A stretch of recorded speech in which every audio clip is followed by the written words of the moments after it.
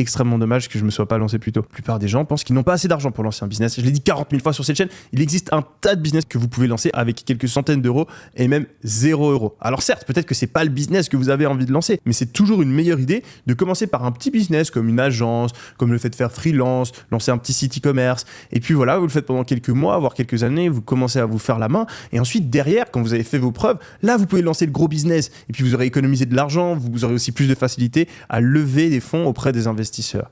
Mais attendre. Le bon moment où vous aurez mis assez d'argent de côté, c'est juste en général de la procrastination, de la peur de l'échec. Même chose par rapport au fait d'avoir la bonne idée. Je me souviens, pendant des années, moi, j'attendais de trouver l'idée qui me permettrait de passer d'étudiant à milliardaire.